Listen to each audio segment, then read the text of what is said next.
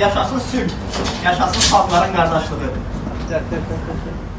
İctimai fəal politoloq Bəhruz Səmədov 15 il azadlıqdan məhrum edilib.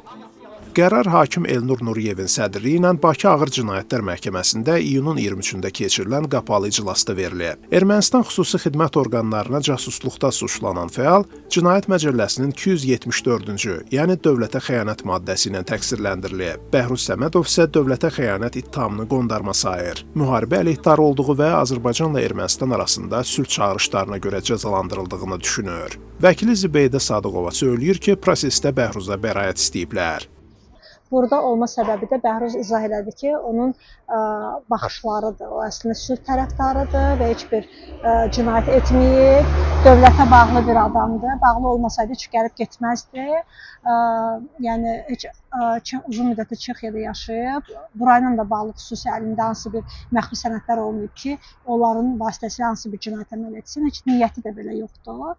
Ancaq bildirdi ki, o alimdir, araşdırmacıdır, çoxlu məqalələr yazıb, Azərbaycanlılar barədə də yazıb, ermənilər barədə də yazıb, Xocalı soyqırım barədə də yazıb, yəni çox araşdırma məqalələri var və biz xahiş elədik ki, ona bəraət verilsin, amma çox təəssüf ki, məhkəmə əslində gözləyirdi. Məhkəmə ittiham hökmü çıxartdı və 15 il müddətdə onun azadlıqdan məhrum etmə cəzası verdi. Axı bu uşaqda nə günah görürsünüz? Sülh istəyəni bəyər, onu 6 il cəzalandırarlar. İctimai fəalın nənəsi Zibeydə Osmanova nəvəsinə verilən ittihamları qurama hesab eləyir və deyir ki, sülh istəyəni həbs etmək ancaq Azərbaycana xasdır. Belə hakimiyyət, belə dövlət dünyada yer üzündə eşitməmişəm ki, onun vətəndaşı sülh istəsin və o vətəndaşı tutsun, çalsın türmələrə. 80 yaşım var. Bu yaşa qədər yaşamışam. Belə özbaşınalıq, belə qanunsuzluq, belə vicdanlığını itirmiş adamları görməmişəm. Onsuz da sən öz bildiyini eləyirsən. Polis sənin əlində, silah sənin əlində, xətrin istəyən bütün qayda qanun sənin əlində. Bizi, bu xalqı eləmirsən bir dənə kölə.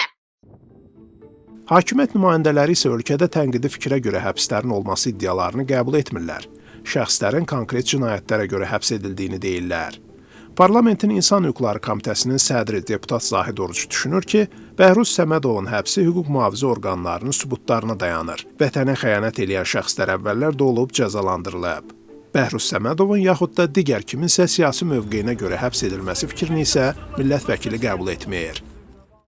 Bəhruz Səmədov ya qeyri bu cür gənclərimizin həyatının Azərbaycan ilə mübarizələrə yönəlməsindən nə qədər təəssüf hissi keçirsək də, lakin gəlin belə dəyərləndirmə edək.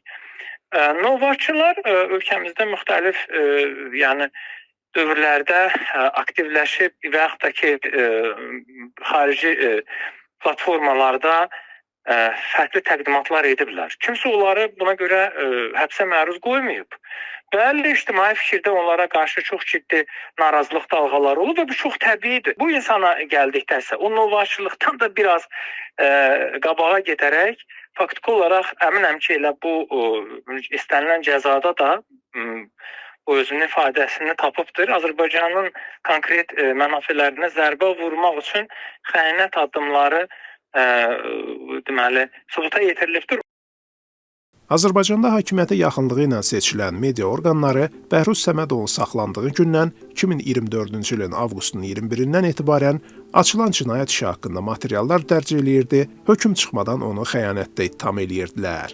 Həm özü, həm də Amnesty International, Freedom House, Human Rights Watch kimi beynəlxalq təşkilatlar isə bu həbsi məhz sülh ritorikası ilə əlaqələndirirdi.